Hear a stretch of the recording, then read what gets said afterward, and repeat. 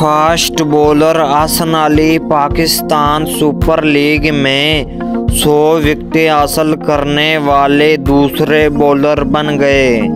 100 وکٹیں حاصل کرنے والے دوسرے بولر بننے کا ریکارڈ انہوں نے اسلام آباد یونائیٹڈ کے خلاف میچ کے دوران بنایا۔